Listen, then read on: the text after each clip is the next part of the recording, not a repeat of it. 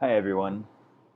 In this video, I would like to walk everyone through the course syllabus. So let's go ahead and click on the syllabus tab in the modules for this week. Now I'm going to open it up in open the syllabus in Google Docs, but know that that document is the same here. But I'm going to go ahead and open it up in Google Docs. So if you wanted to do that, you could click that link. I already have it open up here, so I'm going to just go ahead and click here. All right. So, English 100, Freshman Writing. So this course is designed to provide students with the foundational skills, behaviors, attitudes that should better equip them to confront the different types of writing that you'll do in college, or at least give you the starting points for all of that. Now, before I jump into the policies and explain the different expectations and whatnot of the course, I want to go ahead and talk about these two quotations that I have at the top of the syllabus. Now, I've included these quotations.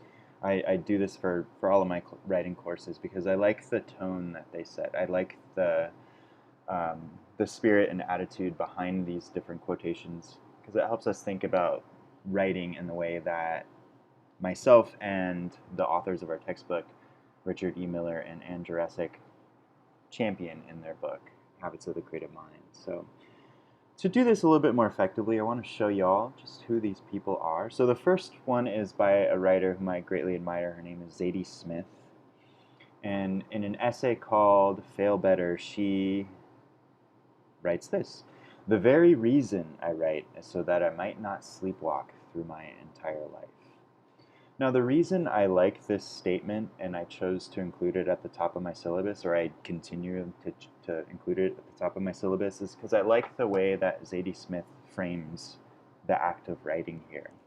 Now, writing, generally speaking, we tend to think of it as just the transmission of ideas, being able to communicate information or record information. And yes, that's very important, but that's only a limited understanding of what writing is. But Zadie Smith is hitting at that expanded understanding of it, that writing is a way of paying closer attention to not only our own thoughts, but the world around us.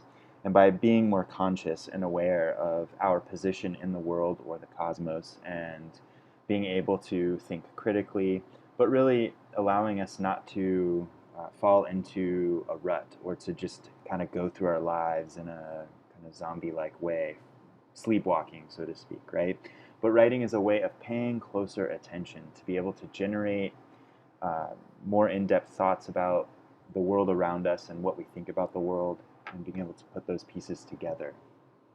So I really like the way that the tone that this can set for our course, and I'm going to encourage everyone to think of writing in this expanded understanding as a way of paying closer attention, not just as a means for communicating, which, yes, very important, but that's only one aspect of it, right? The second quotation is from the astrophysicist Neil deGrasse Tyson. Many of you may have heard of him or stumbled upon some of the things that he's put into the world. He's a best-selling author, but also somebody who has a podcast, but he's also been on a lot of TV shows and things like that. He's also the host of that show that came out a few years ago called Cosmos. But Neil deGrasse Tyson, he writes, "The people who don't ask questions remain clueless throughout their lives." So I think this quotation pairs really well with the Zadie Smith quotation, because part of writing, especially if we're using it as a way of paying closer attention or being more conscious, having a greater understanding of ourselves and how we fit into the world, is to ask questions, right? Not just to take things at face value, but to see how or why something is the way it is, or to try to understand it on a deeper level, not just to accept it at face value or just to brush it off as X, Y, or Z, right? But to ask questions, try to understand it more deeply. So again, these two quotations, I choose to include them at the top of my syllabi for all of the writing courses I teach, because I like the attitude and the tone that they set for our course. So again, I'm going to encourage everyone to think of writing in these ways, the way that Zadie Smith and Neil deGrasse Tyson think of it. Okay, so let's jump into some of the particulars here. So My name is Corey Leis. You guys can call me Professor Leis, Mr. Leis, or even Corey, whichever you are more comfortable with. My contact information, you can email me at my Cerritos College email address, cleis@cerritos.edu. I also have, I'll be conducting virtual office hours this semester, so every Tuesday morning from 10 to 11 a.m. I will be hosting these virtual office hours on Zoom, so you can choose to log in if you have any questions or would like to interact with me or other members of our class. We could also set up appointments for that type of stuff as well. So if you'd like to meet with me through Zoom at another time, we can try to arrange that. Course information, of course, we already know it's fall 2020. This is English 100. Our section is 30396, and the duration of our course is from August 17th to December 18th, so a few months. Course meeting information. This course is taught entirely online in an asynchronous fashion, which means students do not need to meet or log into Canvas at a specific time during the week. Every Monday, a new module will be unlocked in Canvas, and it is the student's responsibility to complete the necessary readings, activities, and projects for each module by posted deadlines. Deadlines will be every Wednesday and Sunday by 11:59 p.m.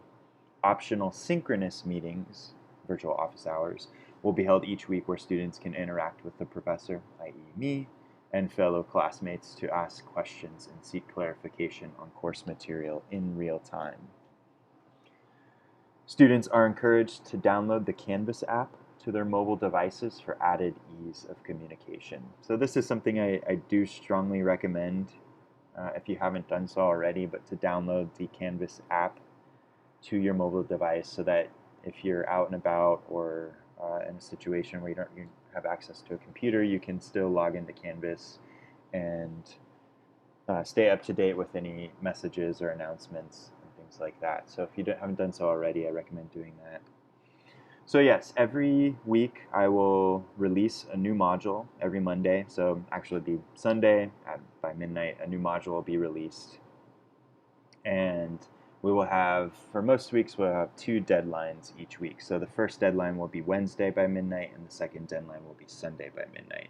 You could do work ahead of time. You don't need to wait until Wednesday to complete all the work. So if you like to work ahead and you would like to get it done Monday, you could do that. You could submit it ahead of time, and then you could also then continue to work on the different activities and modules for the rest of the week. But we will have 2 of those deadlines just to keep us apace and keep us on track. Course materials. So of course we're going to need the course textbook. I've already sent out messages about that, and I've put a bunch of information on our Canvas site. We need that book by Monday the 24th, so a week from today. So it's really important that you're making arrangements to get those books by Monday, okay? Not after Monday, but by the 24th, okay? So you could choose to get the print copy or the electronic version, that's fine. Or you could choose to rent it if you would prefer to rent rather than buy, that's fine as well. Academic planner and calendar. So if you don't already use some sort of calendar or planner to help keep you organized, that's something you're going to want to get in the habit of doing. Studies show that students who do use a planner or calendar on a regular basis, they tend to do better in college, not surprisingly, just because they're more organized. And so they're more aware of different deadlines and how to manage their time more effectively. We'll also need regular access to a computer with a reliable internet connection. So this is, of course, really important for an online course because it's conducted online, right? So if you're not online, you can't be in the course. So that's something that we definitely need. There's information in the first week's module about a program that AT&T has been doing to offer affordable Wi-Fi for families or students in college. So if that's something that you would like to take advantage of, you can check that out in the module. Finally, course materials. I think the most important course materials, we need to have an open mind, a positive attitude, and a willingness to learn. This is just really important for college generally. In college, we're confronted with a lot of different ideas, and in many cases, those ideas might be ones that we're unfamiliar with, or ones that might run counter to our worldview or perspectives, or things that we previously held to be true, or whatever the case may be. And so it's important to approach these ideas with an open mind. That's ultimately going to serve us more meaningfully in our college experiences, and going along with that, having a positive attitude about those things.